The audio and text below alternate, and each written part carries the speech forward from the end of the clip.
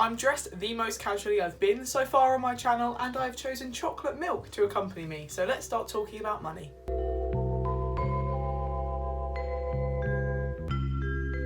Money seems to be this really big taboo subject when realistically we're all thinking about it. It's something that we all need to be conscious of. I personally don't mind talking about money all the time, hence why I'm making this video today. And if you've clicked on this video, you probably want to hear me talk about money, so that is what I'm going to be doing today. I'm specifically going to be talking about salaries, so your pay packet today, and that's going to include how to make more money, how your salary is calculated, and what sort of salary you can be expecting. If that sounds like your sort of thing, then keep on watching. Okay, so the first thing I'm talking about today is how salaries are actually calculated. Having worked in HR for a couple of years now, I've spent a hell of a lot of time thinking about salaries. This obviously includes working them out, doing salary research, and doing annual pay reviews. Really, how a salary is calculated is incredibly specific to the company. Company size, the industry, and the location of where the role is all have a big impact on the salary. Must you do DIY? I'm trying to film. Some companies also seem to pull them out of thin air, and I'm not sure how to explain that. Location is obviously quite a big one, as traditionally salaries are in line with the cost of living in that particular area. So I currently work and live not far from Norwich in Norfolk. This is quite a cheap area, which means the salaries may not be as high as somewhere like London, where obviously you have to pay an extortionate amount for rent. This is why whenever I watch a New York apartment hunting, even though I have no intention of moving there, I think, how on earth do you afford that? Because their monthly rent, my wage would not even cover. When the cost of living is so much higher, the salaries really have to balance this out. This doesn't stop some companies from ignoring this completely, which is why you'll see some horrendously underpaid jobs in places like London. The size of the company not only impacts salary, but also the general benefits that they can offer you as an employee. This is not exclusive, however, generally bigger companies mean bigger profits and more money, which means they can spend more on their employees. This means if you are working in a larger company, you may not only get a bigger salary package,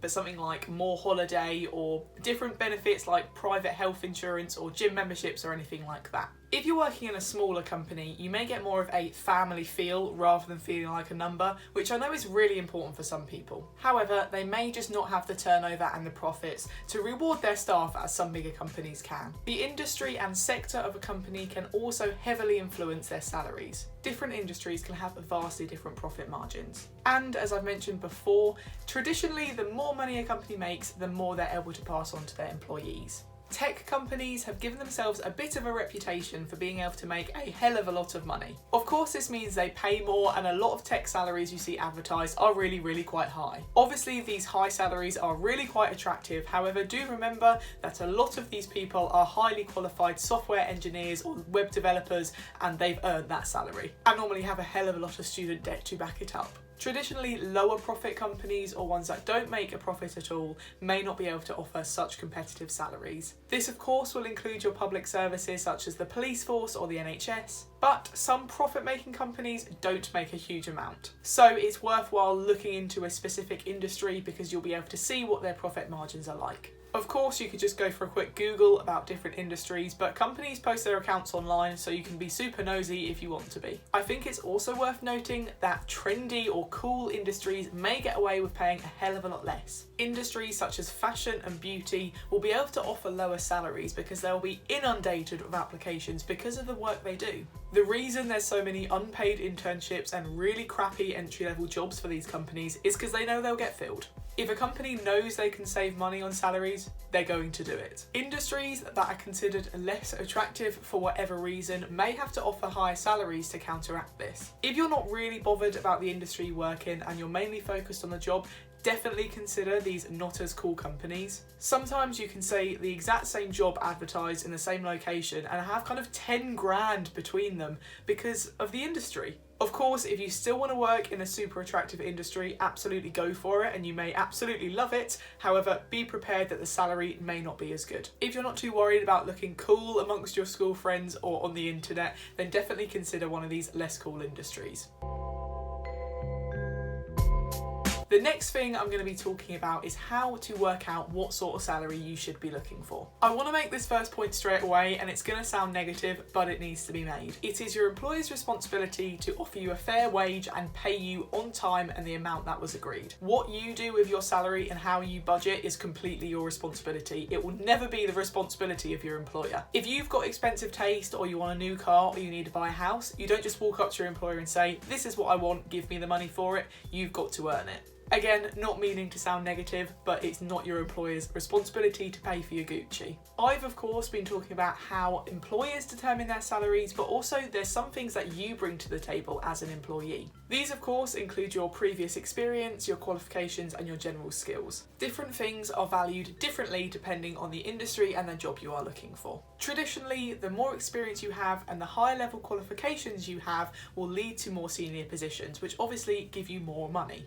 Experience, though, needs to be relevant. If you're working in a large workforce especially, you're likely to see a lot of younger people and older people who are all doing the same sort of job. Different people take different paths. They may have done a career change later on, they may have different commitments, or they may not really care and are just happy with their job. Of course, in these cases, 15 years of experience doesn't mean you're actually any better at your job, so their salary may be around the same. Getting more of a salary normally means taking on more responsibilities. If you're fresh out of school or university and taking on an entry-level job, you're probably not going to have that many responsibilities. We've all got to earn them after all, which means you may take a couple of years or even only a couple of months on a lower salary than you'd ideally like to build up that responsibility level and therefore shoot for the stars that you want to earn. As I've mentioned, some salaries seem really quite subjective, and one company could be offering something fantastic and it makes your companies look awful, which is why people leave. As I've mentioned, location is a huge indicator, so you've really got to do your research when you're thinking about how much you should be earning in your particular area. I could never sit here and say this is the minimum you should earn, because that might be great one place and literally peanuts in another place. To get yourself an idea, literally do a search of every single job in your area using Indeed or JobSite or whichever one you'd like to use, and from here you can kind of tailor your search to specifically what you're interested in. For example, you may see that as a general rule, salaries are kind of around the 20,000 mark, but then with your particular qualification you can earn 5 to 10,000 more.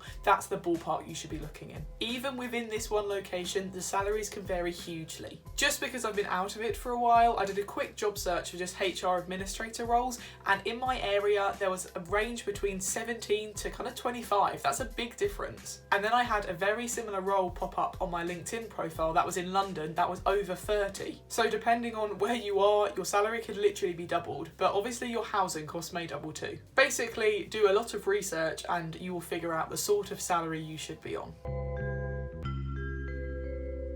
Okay, so now for the important bit, how to maximise your income. A really simple way is to work more hours. If you have an hourly paid role or you have the opportunity to work overtime, obviously this is the easiest way to make more money. Of course, this means you are working more, so you're not maximising your actual hourly pay, but it does mean you'll have more at the end of the month. If you're in a position to do this, you can also pick up a second job. I know a lot of people who do this. The reality is that your pay should and will increase with time. As you gain more relevant experience, you get more qualifications, you get more skills, you'll have more opportunities and more opportunities to make more money. I wish I could give you a quick fix solution to maximising your income, but I'm brutally honest and there really isn't one.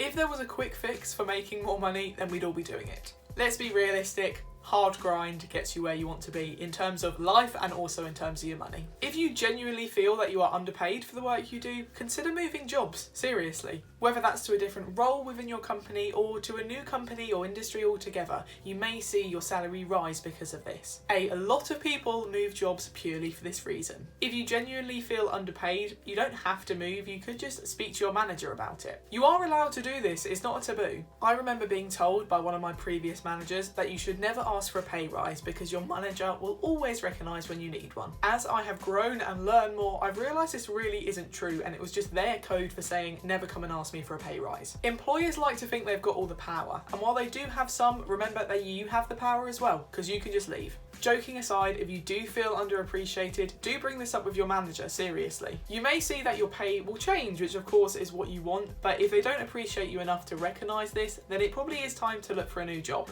They may be able to explain the situation better, which may reassure you, but really you need to be in the power seat here. If you do choose to resign and you have raised these issues, they literally cannot say anything because you told them what was wrong and they didn't do anything about it. Do make sure you raise this at a good time, because if you haven't been hitting your targets for 3 months, you probably shouldn't say you're underappreciated. Okay, so that is all I have to say. Thank you so much for listening to me ramble on about salaries. I hope you found this useful and it gave you some new information maybe to consider. I make new videos twice a week on a Thursday and a Sunday, so make sure to subscribe if you would like to see more from me. I'll link a couple more videos that may be interesting to you down below.